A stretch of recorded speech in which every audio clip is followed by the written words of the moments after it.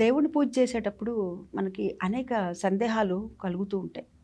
మనం నిత్య పూజ చేయని మనకి పూజ 3 రకాలు. నిత్యము, నైమిత్తికము, కామ్యము. అంటే నిత్యము చేసేటటువంటి పూజ ఏదైతే ఉందో అది నిత్య పూజ. ఇంకా నైమిత్తికం అంటే పండుగలు. వినాయక చవితి, దసరా, దీపావళి ఇత్యాదులన్నీ కూడా నైమిత్తికాలు. ఇక కామ్య పూజలు అంటే మనం ఏదైనా సరే మనసులో ఒక కోరికను సంకల్పించుకొని మా అమ్మాయికో, అబ్బాయికో, మాకో ఈ కోరిక అంటే ఈ ఉద్యోగమో, చదువో, పెళ్ళో, ఇల్లో ఏదో అనుకుంటాం కదా మనసులో ఒక కోరిక. ఆ విధంగా కోరిక తీరిన తర్వాత చేసేటటువంటివి ఈ పూజల్ని కామ్య పూజలు అంటారు. సరే మనం ఏ పూజ చేసినా కానీ మనకి అనేక సందేహాలు కలుగుతుంటాయి. అది మానవ సహజం. దేహం ఉన్నప్పుడు సందేహం కలుగుతూ ఉంటుంది. అందుకని మనకి పూజ చేసేటప్పుడు ఏ పూజ చేస్తే ఎలాంటి ఫలితం వస్తుంది అనేటటువంటి దాని మీద కంటే కూడా మనకి పూజ చేసేటప్పుడు ఇది చేయొచ్చా అది చేయకూడదా అనే సందేహాలు కలుగుతుంటాయి. అలాంటి తరుణంలోనే అటువంటి సమయంలోనే మనకి ముందు రోజు పూజ చేసేటప్పుడు మన ఉదయాన్నే తెల్లవారుజామునే నేను చేసుకోవాల్సినటువంటి పరిస్థితి ఉంది. తర్వాత నేను డ్యూటీకి వెళ్ళాలి. తర్వాత ఇంట్లో వారికి అందరికీ ఏర్పాట్లు చేయాలి. ఇలాంటి పనులన్నీ ఉంటాయి.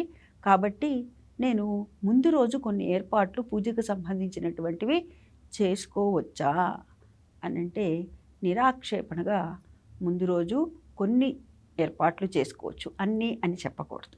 కొన్ని మాత్రమే. అంటే పూజకి కావాల్సినటువంటి ముందు రోజు ఏర్పాట్లు ఎంతవరకు చేసుకోవచ్చు, ఏమి చేసుకోవచ్చో చూద్దాం.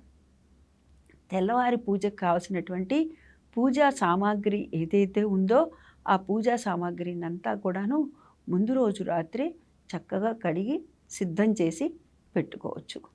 పూజ గది దగ్గర ఉన్నటువంటి అంతా కూడాను ముందు రోజుదంతా ఏదైతే ఉందో ఆ చెత్త అంతా కూడా తీసేయచ్చు. అంటే శుభ్రంగా పెట్టుకోవచ్చు.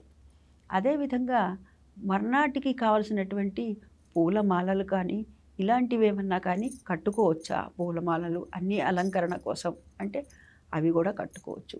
ఇంకా తులసి మాలలు, పూలమాలలు ఇత్యాదులన్నీ కూడా కట్టుకొని సిద్ధం చేసి పెట్టుకోవచ్చు. ఇంకా తెల్లవారిన తర్వాత మాత్రమే చేయవలసినటువంటివి కొన్ని ఉంటాయి. అలా కాకుండా ముందు రోజు చేయవలసినటువంటి వాటిలలో పూజా సామాగ్రి ఇత్యాదులన్నీ కూడాను శుభ్రంగా కడుక్కోవచ్చు. పూలమాలలు ఇవన్నీ కూడాను శుభ్రంగా కట్టుకోవచ్చు.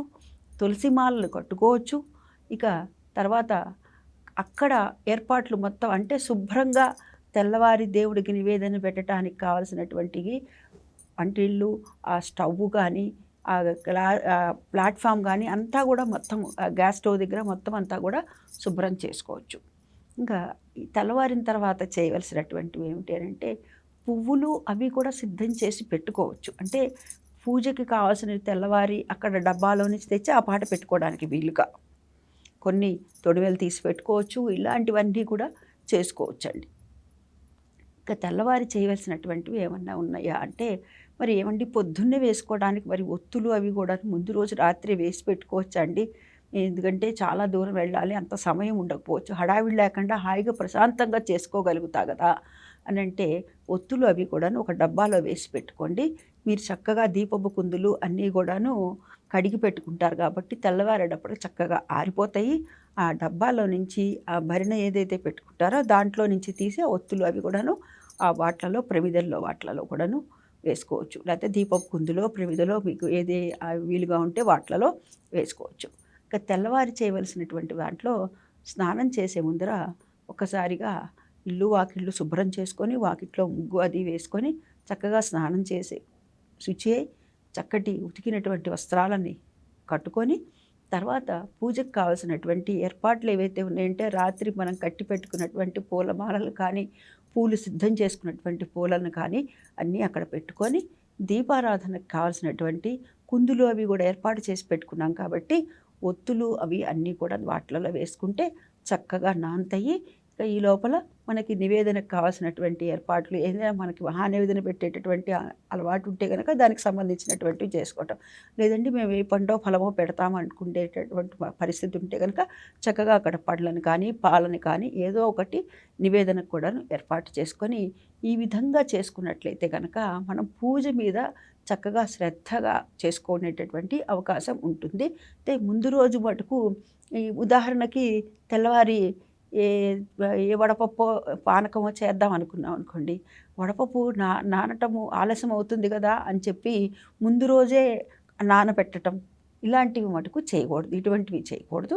అంటే పొద్దున్నే స్నానం చేసి మనం చక్కగా ఉతికినటువంటి వస్త్రాలను ధరించిన తర్వాత అప్పుడు మనము ఈ వడపప్పు పానకం కానీ ఇట్లాంటివన్నీ కూడాను చేసుకోవాలి.